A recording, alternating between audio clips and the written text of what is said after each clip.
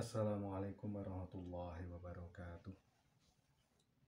Bismillah, alhamdulillah, wassalatu wassalamu ala rasulillah, la hawla wa la quwata illa billah, amma ba'd. Wa nudiba li musholin tawajuhun li nahwi jidarin. Disunatkan bagi seseorang yang akan melakukan sholat untuk menghadap tembok.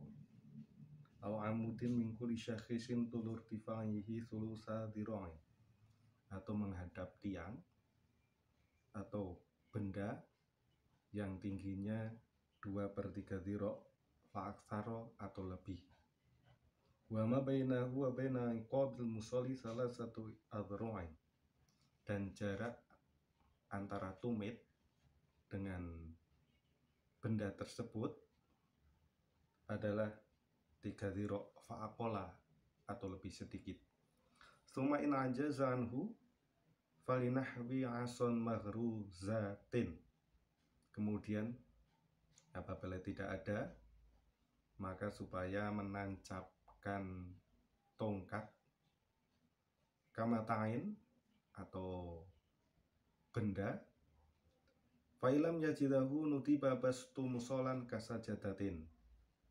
Apabila tidak menemukan tongkat atau benda yang berdiri, maka disunatkan untuk menggelar alas kasajadatin seperti sajadah.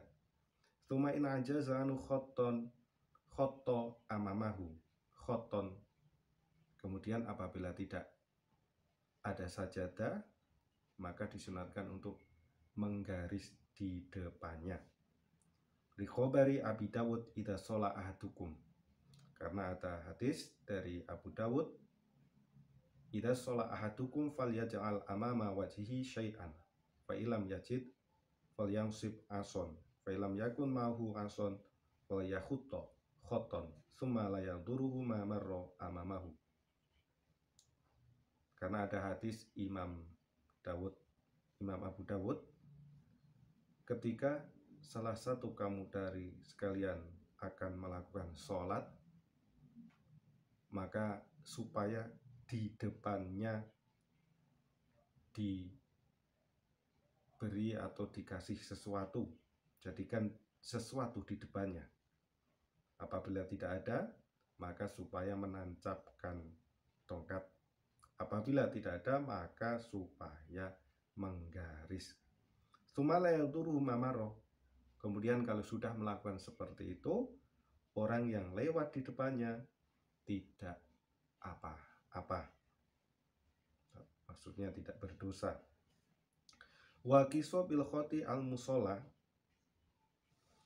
Dalam hadis ini mengkiaskan sajadah dengan garis. Li'anna wa qutima 'alal khot li'annahu azhar fil murad.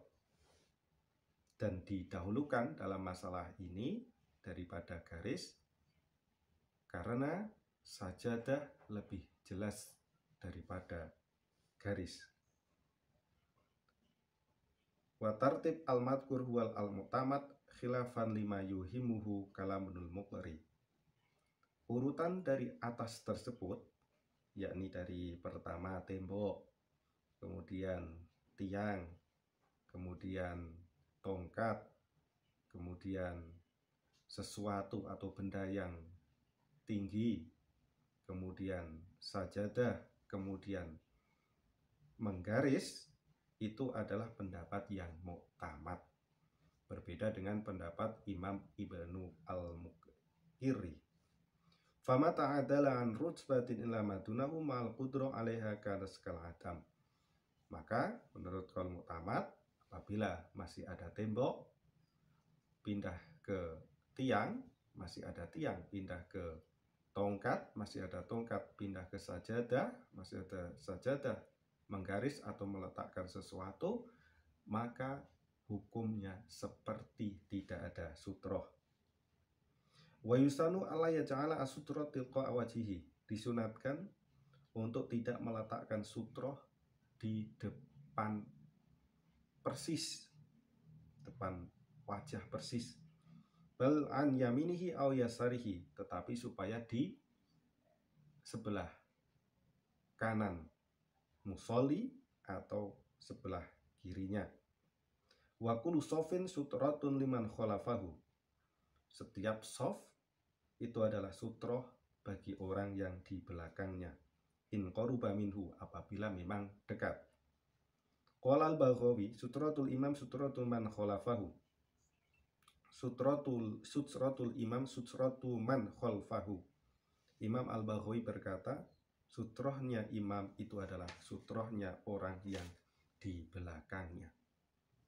Walau ta'aradat as-sutrat wal qurbu minal imam awisof al-awal famalladhi yuqaddamu atau yuqaddimu. Apabila bertentangan antara sutroh dan dekat dengan imam atau sof pertama, maka didahulukan mana? Qala syekhuna kulun muhtamalun. Guru kami mengatakan masing-masing itu bisa dimungkinkan. Wa dhahiru qaulihim yuqaddamu shaful awal. Kalau menurut dohirnya pendapatnya para ulama, maka didahulukan shaf pertama. Fi masjidihi sallallahu alaihi wasallam, di dalam masjidnya Nabi sallallahu alaihi wasallam. In kana kharija masjidihi al-mukhtas bil mudhaf taqdimu nahwi shafil awal. Wa idza shola ila syai'in minha fayusanu lahu wa li gharhi taf'umarin bainahu wa baina sutrah al-mustawfiyah li syurut.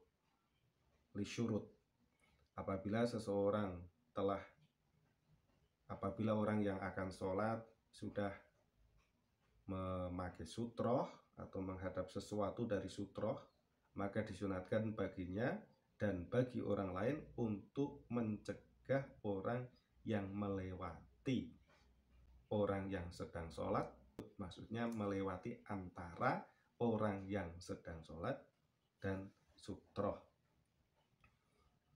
apabila sutroh tersebut sudah menetapi syarat. Wa qad ta'adda bi murrihi li kaunihi mukallafan, karena orang yang melewati sutroh tersebut itu termasuk orang yang melewati batas, karena orang tersebut sudah mukallaf atau dibebani hukum. Wa yahrum al-murur bainahu wa baina sutroh hina yusanu, dan haram melewati orang yang sedang sholat di depannya yang sudah ada sutroh, kalau memang sutroh itu sudah menetapi syarat, yaitu sudah status sunat untuk menolaknya. Wa ilam yajidil mar sabilan, dan meskipun orang yang lewat tersebut tidak menemui jalan yang lain, malam yukosir bi wukufin fitorikin au fi sofin mafurjatin fi sofin akhor, yakni dengan berdiri di jalan atau di sof padahal sof pertama masih kosong. Falidakhilin khorqu sufuf wa in kasurat hatta yasuddaha, maka bagi orang yang masuk jamaah disunatkan untuk menerobos sof meskipun banyak, untuk menambal sof yang masih kosong. Jadi tentang masalah sutroh ini saya buka kitab I'anah. Sutroh hadisnya tadi sudah jelas. Yang pertama, idza shola ahadukum falyaj'al amama wajihi syai'an, apabila seseorang akan melakukan sholat supaya menjadikan di depannya sutroh, menempatkan sesuatu di depan musolli. Jadi pembatas sholat itu namanya sutroh, itu hukumnya sunat membuatnya. Hadis lain mengatakan, idza shola ahadukum ila syai'in yasturuhu minan nas, ketika seseorang akan sholat sudah menghadap sesuatu untuk menutup diri dari manusia, fa arada ahadun ayahtaza baina yadayhi, kemudian seseorang akan melewati di antaranya, di depannya, falyatfa'hu, maka supaya menolaknya dengan cara halus apabila masih melewati, maka diperintahkan untuk membunuh. Fa innama huwa syaitonun, karena sesungguhnya itu adalah setan. Hadis lain juga menerangkan lau ya'lamul almar baina yadayil musolli, apabila orang yang lewat di depan orang yang sholat itu tahu dosanya, lakana ayakifa arba'ina, maka dia akan berdiri 40 tahun, khairun lahu min ayamuro, itu bahkan lebih baik daripada melewatinya. Itu dosanya orang yang melewati orang yang sedang sholat yang sudah memakai sutroh. Dalam bahasan ini kita akan membahas sutroh. Sutroh itu adalah pembatas sholat. Dalam sutroh itu ada ketentuan-ketentuannya. Yang pertama itu tadi dijelaskan menurut qaul mu'tamad dulu. Yang pertama itu harus tertib atau urut. Ketika kita sholat, kalau ada tembok, kita mepet tembok dulu. Kalau tembok sudah penuh, kita mencari tiang. Kalau tiang tidak ada, maka mencari sesuatu yang tinggi, seperti pembatas kamar atau pembatas apa itu yang agak tinggi, atau korden atau pintu atau apa, yang penting itu tinggi. Tingginya berapa? 2/3 dhiro'. 1 dhiro' itu menurut banyakan ulama adalah 48 cm. Berarti kalau 3 dhiro', 2/3 dhiro' yaitu 32 cm kurang lebih. Kalau tidak ada tiang, tidak ada benda sesuatu yang tinggi, maka menancapkan tongkat kalau di tempat yang masih berupa tanah. Kalau tidak bisa, maka bastu musolan, menggelar alas seperti sarung, kain, atau sajadah. Apabila tidak ada, maka menggaris di depannya. Itu qaul mu'tamad, itu harus urut. Kalau tidak urut, maka itu dihukumi tidak ada sutroh. Kalau menurut Imam Ibnul Muqiri, pendapat kedua mengatakan tidak harus urut. Ini yang kita pakai kebanyakan orang, meskipun ada tembok, kita sudah memakai sajadah. Atau kalau tidak, kita meletakkan sesuatu di depan kita. Atau meletakkan tas atau HP untuk niat sebagai sutroh. Jadi yang kita pakai ini adalah pendapat kedua. Wayusanu. Terus ketentuan dari sutroh, jarak antara sutroh dengan badan kita itu berapa?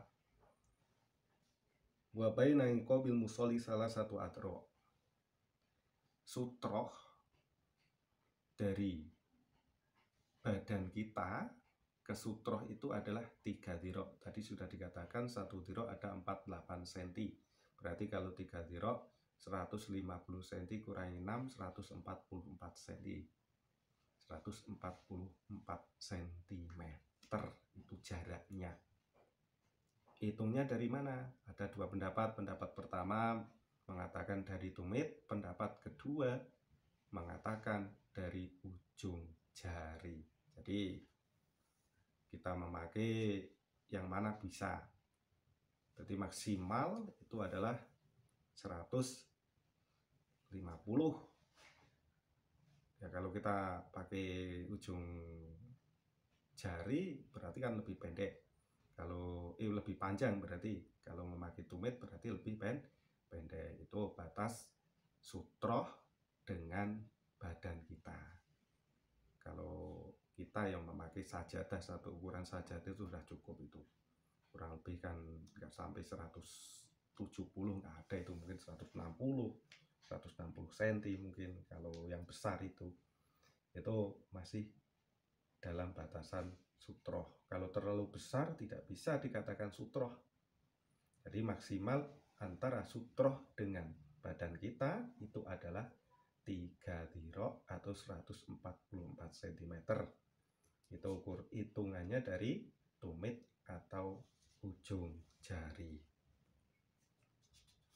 Maka maaf untuk biasanya di masjid-masjid yang besar itu jarak antara imam dengan makmum shaf pertama itu kadang karena terlalu besar, untuk menjaga keindahan saja imam terlalu maju sehingga diukur sampai 2 meter. Itu sebenarnya salah itu nanti dalam bab jamaah.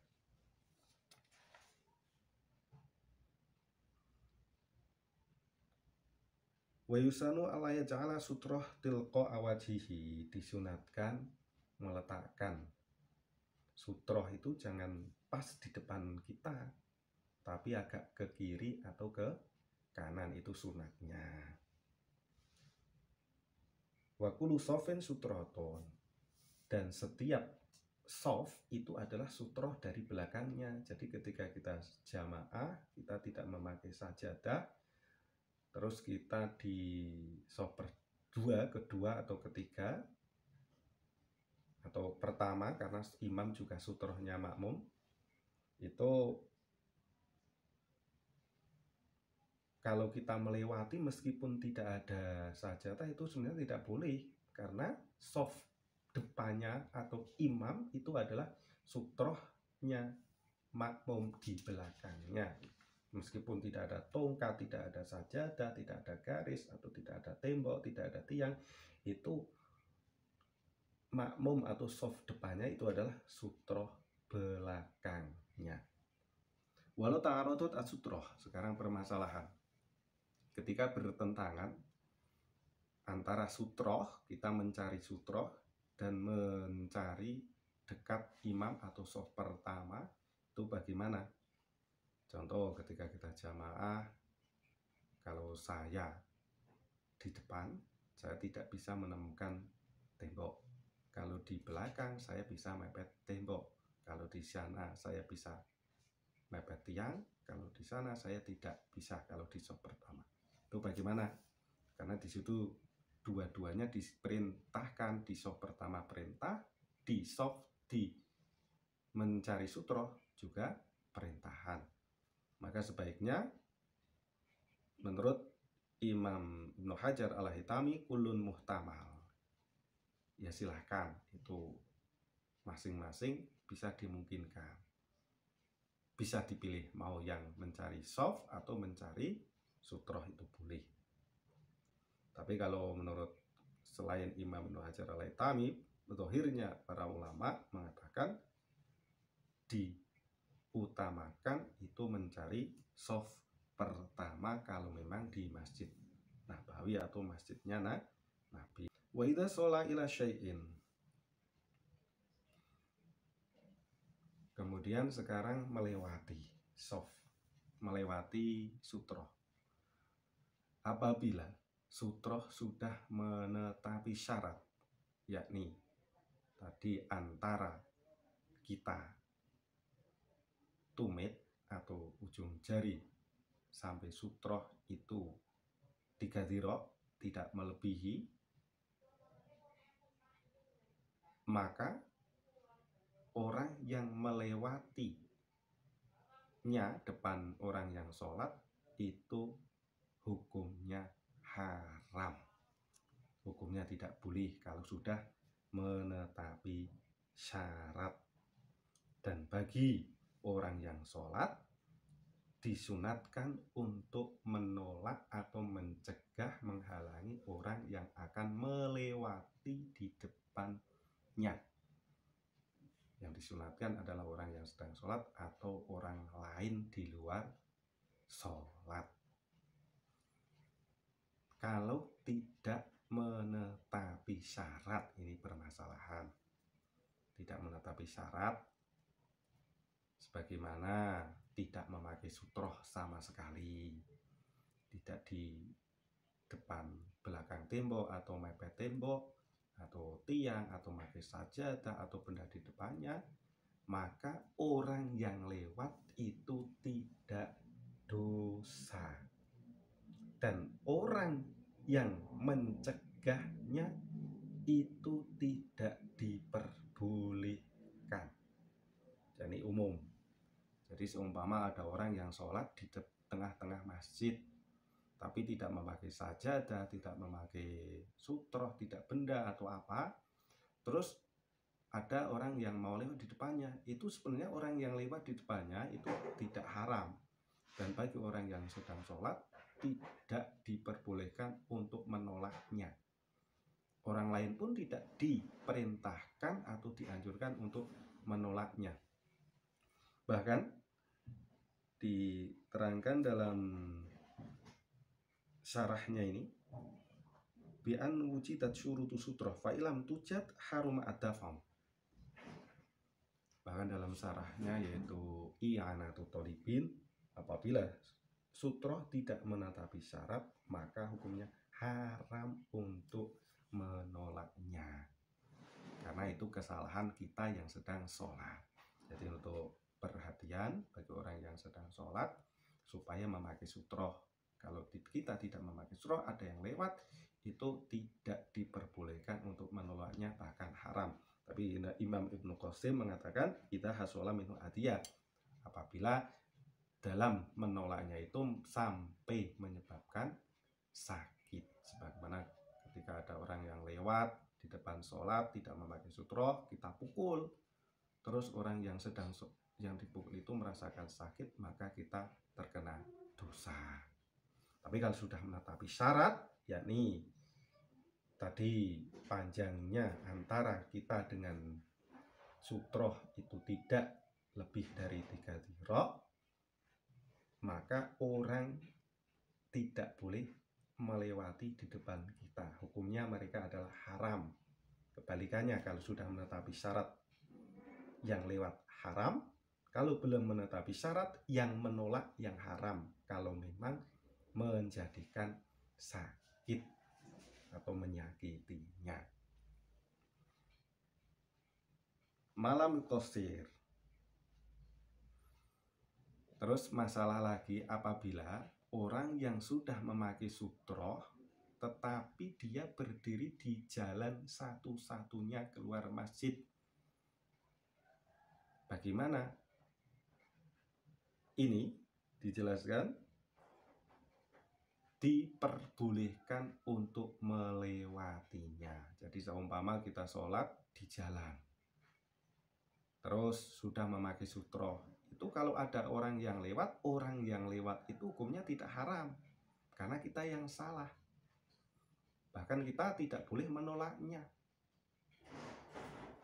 Begitu juga ketika kita ingin menambal soft yang masih longgar di depan. Contoh di depan masih longgar, soft kedua masih longgar, tapi sudah sampai ke soft 4. Kita tahu kita menerobos soft dalam keadaan sholat itu hukumnya tidak apa-apa, bahkan disunatkan, tidak termasuk orang yang mengganggu sholat dan tidak termasuk melewati orang yang sedang sholat, bahkan termasuk orang yang menolong soft belakang-belakangnya. Karena ketika kita membuat soft baru padahal soft depan belum sempurna, itu membuat soft baru itu hukumnya makruh, menghilangkan fadilah jamaah 27 derajat. Jadi orang yang menerobos soft untuk menambal soft yang masih longgar itu diperbolehkan, bahkan disunahkan. Itu tidak termasuk mengganggu orang yang sholat dan melewati orang yang sedang sholat. Jadi saya simpulkan, haram melewati orang yang sedang sholat itu kalau memang orang yang sedang sholat tersebut adalah sudah memakai sutroh yang sudah menetapi syarat.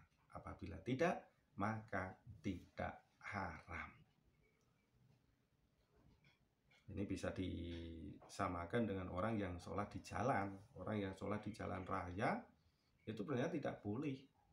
Orang yang lewat di jalan raya, ketika kita melewati di depannya itu tidak haram, sebagaimana dijelaskan tadi, malam yuqasir biwukufin fitorikin, apabila orang yang sedang sholat itu tidak sembrono, tidak taklesir, ini sholat di jalan. Ketika kita sholat di jalan, maka ada orang yang lewat, itu orang yang lewat tidak dosa, bahkan kita mencegahnya, kita yang terkena hukum dosa apabila sampai menyakiti. Sekian, semoga bermanfaat. Saya akhiri. Assalamualaikum warahmatullahi wabarakatuh.